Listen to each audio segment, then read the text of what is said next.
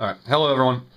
This is a tutorial for T6 config, which is a piece of programming software for the FlySky CT6B RC transmitter. It also works with rebranded transmitters of the same type. I believe it's actually, T6 is actually manufactured by Exceed RC, but don't hold me to that.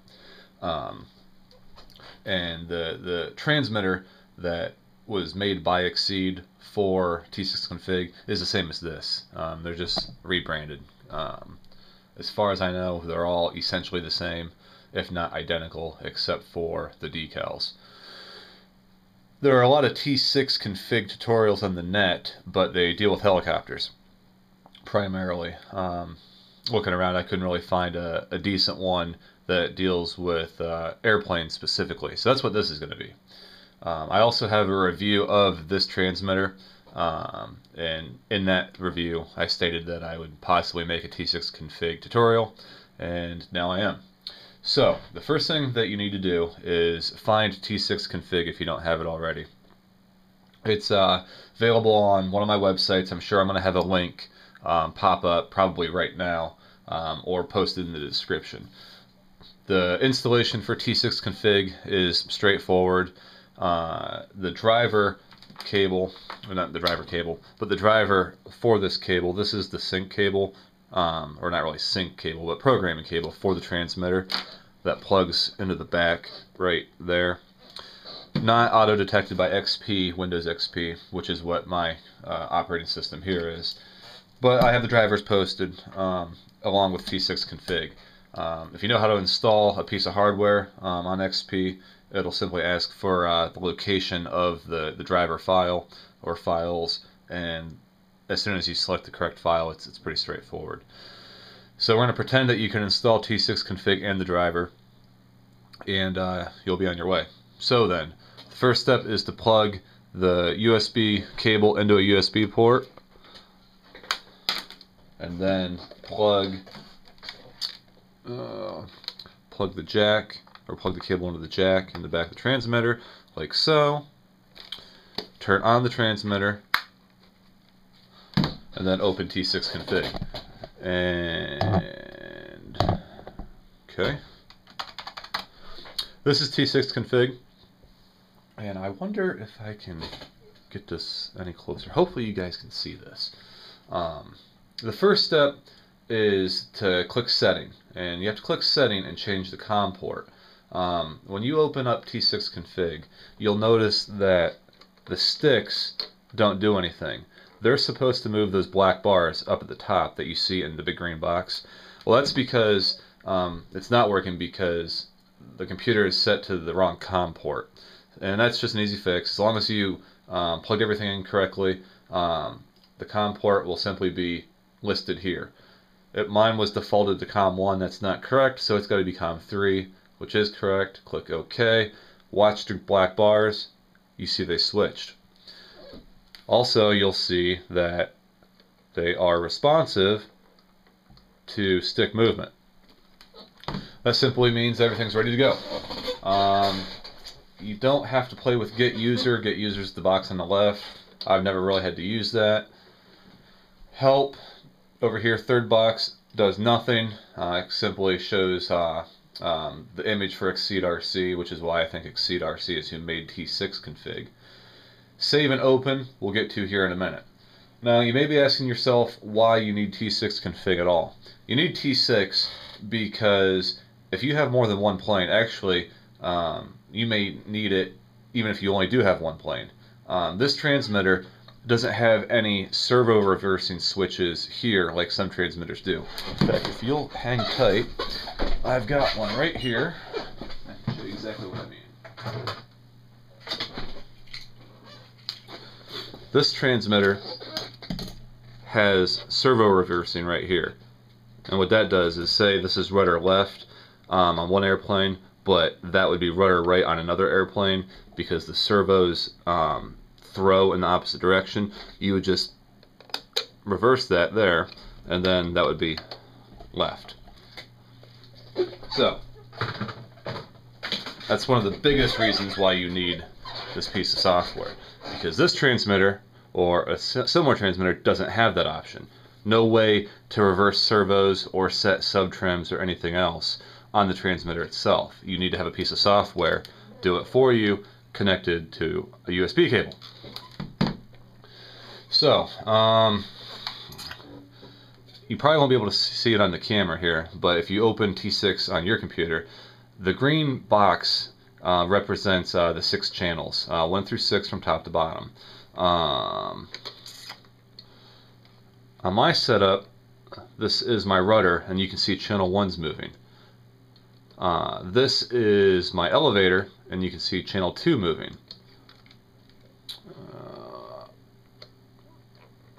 Channel 3 is throttle, and you can see that moving. And then channel 4 is aileron, and you can see that moving. Furthermore, if you have a 6 channel, these dials, these variable rate dials, it's channel 5, and that's channel 6. Now, the most basic thing that you can do with T6 config is simply reverse the direction of your servos. So like right now, this plane is set up, or this transmitter is set up for my Hawksky, and you can see that when I push my rudder stick to the left, channel 1 goes to the right.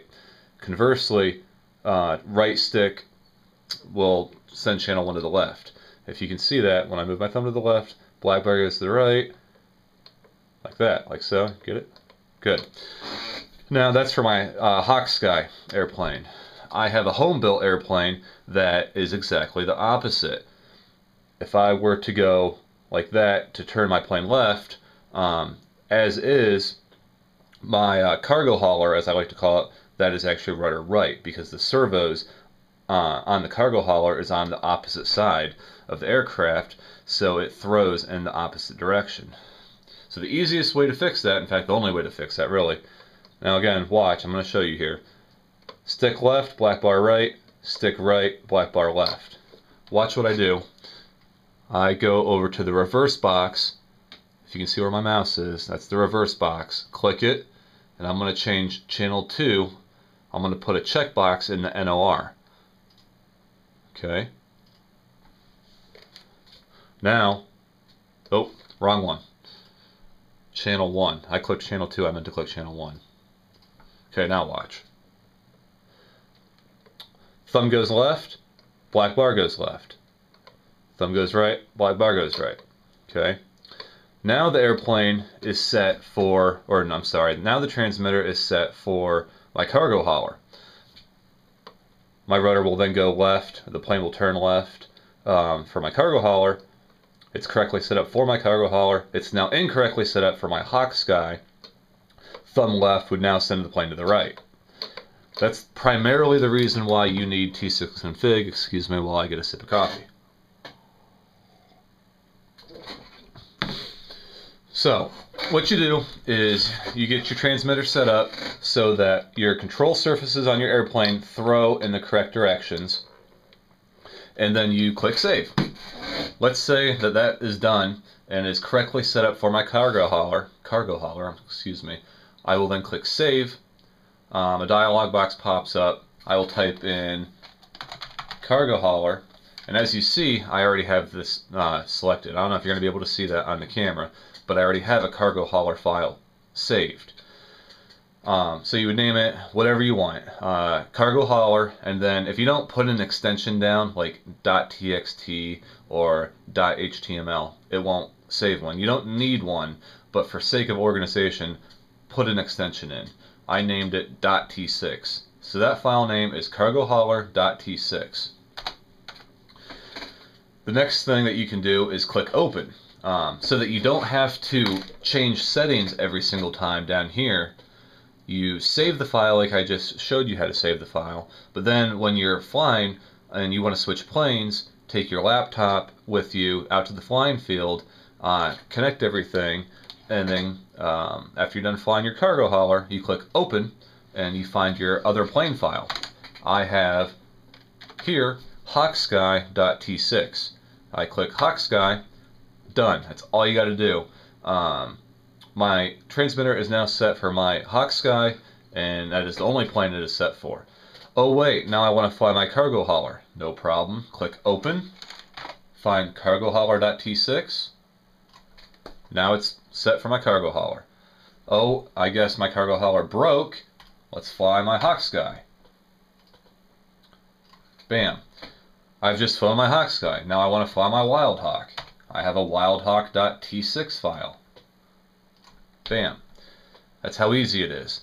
I've set 3 different airplanes just that fast in T6. So that's how you set your servo throws, and that's how you save the file, and that's how you open the file when you want to switch planes.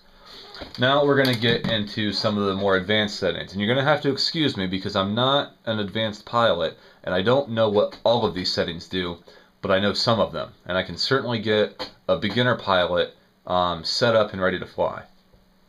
The box on the left is called endpoint, and you can see that these are all percentages. The maximum percentage that you can have is 120%, either going left or going right for whatever stick you have. And if you'll excuse me here while I center something.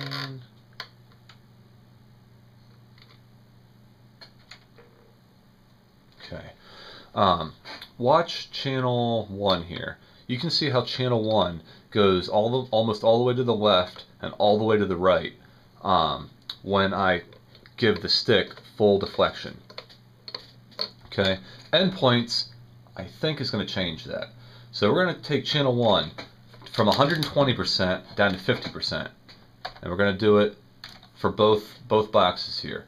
Channel 1 now reads 50% and then 50%. Click OK. Let's see what happens. As you can see, my thumb all the way to the left and all the way to the right now sends the black bar only half the distance in the green box. What that is good for is a new pilot that doesn't know how to fly 100% confidently. They typically have a tendency to over thumb, over control the transmitter, and then thus the plane, and it causes erratic flight. And there are other reasons why you want to do that. High-speed planes suffer from